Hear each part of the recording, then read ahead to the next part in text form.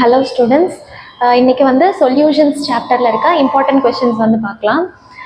First வந்து calculate the mass percentage of aspirin in acetonitrile when 6.5 gram of aspirin is dissolved in 450 gram of acetonitrile. So first கொஸ்டினில் வந்து என்ன சொல்லியிருக்காங்கன்னா, so இது வந்து aspirin வந்து அசிட்டோநைட்ரைலில் டிசால்வ் ஆயிருக்கு அப்படின்னு சொல்லியிருக்காங்க. ஸோ அப்போது ஆஸ்பிரின் வந்து பார்த்தோம்னா சொல்யூட்டு, அசிட்டோநைட்ரைல் வந்து சால்வெண்ட்டு. நம்மள என்ன கேட்டிருக்காங்கன்னா இந்த கொஸ்டினில் மாஸ் பர்சன்டேஜ் ஆஃப் ஆஸ்பிரின் வந்து கேட்டிருக்காங்க.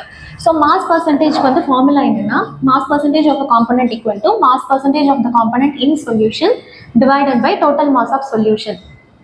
ஸோ நமக்கு இங்கே எந்த காம்பனண்டோட மாஸ் பர்சன்டேஜ் கேட்டிருக்காங்க, ஆஸ்பிரினோடது. ஸோ அப்போ ஆஸ்பிரினோட மாஸ் அது வந்து கொஷினில் கொடுத்துருக்காங்க 6.5 grams divided by total mass of solution. So சொல்யூஷன்னா என்ன, சால்வெண்ட் ப்ளஸ் சொல்யூட். ஸோ சால்வெண்ட்டோட வெயிட்டு, சொல்யூட்டோட வெயிட்டு. ஸோ இது ரெண்டுமே நமக்கு கொஸ்டினில் வந்து கொடுத்துருக்காங்க. So 6.5 gram plus 450 grams. So இது ரெண்டையும் வந்து ஆட் பண்ணும்போது நமக்கு 456.5 grams வந்து வரும். ஸோ இது வந்து ஃபுல்லாக கேல்குலேட் பண்ணோம் அப்படின்னா நமக்கு 1.424% வந்து கிடைக்கும். ஸோ அதுதான் வந்து mass percentage of aspirin. Okay, அடுத்த கொஸ்டின் போகலாம். அடுத்தது வந்து என்னென்னா, state the main advantage of molality over the molarity as the unit of concentration. அதாவது என்ன கேட்டிருக்காங்கன்னா, மொலாலிட்டியோட அட்வான்டேஜ் என்ன, மொலாரிட்டியோட கம்பேர் பண்ணும்போது மொலாலிட்டியோட அட்வான்டேஜ் என்ன அப்படின்னு வந்து கேட்டிருக்காங்க.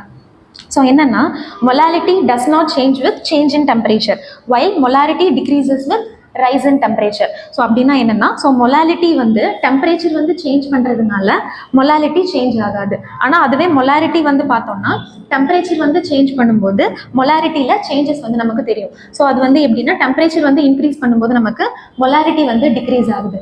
ஸோ அது வந்து எப்படி அப்படின்னா, இந்த ரெண்டு ஃபார்முலாவில் வந்து பார்க்கலாம். So molarity equal to number of moles of solute divided by volume of solution.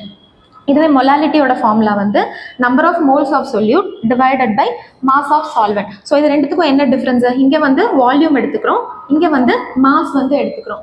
So அப்போது டெம்பரேச்சர் வந்து இன்க்ரீஸ் பண்ணும்போது நமக்கு மாஸில் வந்து எந்த சேஞ்சும் இருக்காது, ஏன்னா அது வந்து வெயிட் இல்லையா. ஸோ டெம்பரேச்சர் வந்து இன்க்ரீஸ் பண்ணும்போது நமக்கு மாஸில் எந்த சேஞ்சும் இருக்காது. ஆனால் அதுவே வந்து டெம்பரேச்சர் வந்து இன்க்ரீஸ் பண்ணும்போது ஸோ வால்யூமில் வந்து சேஞ்ச் தெரியும். ஸோ டெம்பரேச்சர் வந்து இன்க்ரீஸ் பண்ணோம் அப்படின்னா வால்யூமில் வந்து இன்க்ரீஸ் இருக்கும். ஸோ வால்யூம் வந்து இன்க்ரீஸ் ஆகுது அப்படின்னா நமக்கு மொலாரிட்டி வந்து டிக்ரீஸ் ஆகும். ஸோ அதனால்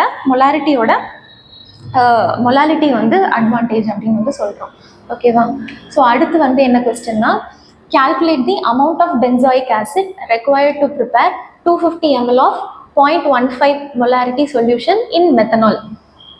ஸோ நமக்கு என்ன கேட்டிருக்காங்கன்னா, amount of benzoic acid, அதாவது benzoic acidோட மாஸ் வந்து என்னன்னு கேட்டிருக்காங்க. ஸோ மாஸ்க்கு வந்து ஃபார்முலா என்னன்னா, number of moles into molar mass. So first நம்ம நம்பர் ஆஃப் மோல்ஸ் வந்து கண்டுபிடிக்கணும்.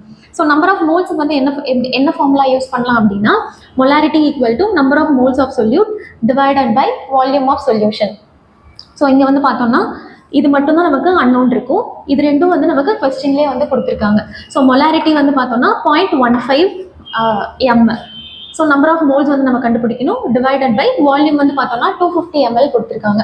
ஸோ இந்த 1000 வந்து என்னது, அந்த ml நம்ம லிட்டராக கன்வெர்ட் பண்ணுறதுக்காக. ஏன்னா ஃபார்முலாவில் வந்து volume of solution in liquid வந்து எடுத்திருக்கோம். ஸோ அதனால் இன் லிட்டரில் வந்து எடுத்திருக்கோம். ஸோ லிட்டர் ml வந்து லிட்டராக கன்வெர்ட் பண்ணுறதுக்கு டிவைடட் பை 1000 வந்து போட்டிருக்கோம். ஸோ அப்போ n is equal to 0.15 into 0.25. So n is equal to 0.0375. அடுத்து மோலார் மாஸ். ஸோ இப்போ நம்பர் ஆஃப் மோல்ஸ் வந்து கண்டுபிடிச்சாச்சு, அடுத்து மோலார் மாஸ் வந்து கண்டுபிடிக்கணும். So molar mass of benzoic acid. So இது வந்து எப்படி கண்டுபிடிக்கலாம் அப்படின்னா, ஸோ பென்சாயிக் ஆசிட் வந்து பார்த்தோம்னா C6H5COOH. ஸோ இதில் மொத்தம் 7 கார்பன் இருக்குது. ஸோ 7 கார்பன் இன்டூ கார்பனோட மாஸ் வந்து பார்த்தோம்னா 12. So 7 into 12. அதே மாதிரி ஹைட்ரஜன் வந்து பார்த்தோம்னா ஹைட்ரஜனோட மாஸ் வந்து 1, ஹைட்ரஜன் வந்து 5 + 1 6 இருக்குது. அடுத்து ஆக்சிஜன். ஸோ ஆக்சிஜனோட வெயிட் வந்து பார்த்தோம்னா 16, ஆக்சிஜனோட மாஸ் வந்து 16, ஆக்சிஜன் 2 இருக்குது. So 2 into 16. ஸோ இப்போ இது மல்டிப்ளை பண்ணோம் அப்படின்னா 84 + 6 + 32 which is equal to 120 grams. So அப்போ molar mass of benzoic acid வந்து நமக்கு 122 கிராம் கண்டுபிடிச்சாச்சு. ஸோ அப்போ அடுத்து வந்து பார்த்தோம்னா இப்போ ரெண்டும் ஃபார்முலாவில் இருக்க ரெண்டு டேர்மும் வந்து கண்டுபிடிச்சாச்சு. இதை வந்து அப்படியே எடுத்து சப்ஸ்டியூட் பண்ணுறது தான் அடுத்து. ஸோ என்னோட வேல்யூ வந்து பார்த்தோம்னா 0.0375, மோலார் மாஸ் வந்து 122, which is equal to 4.575 grams. So இதுதான் வந்து mass of the benzoic acid.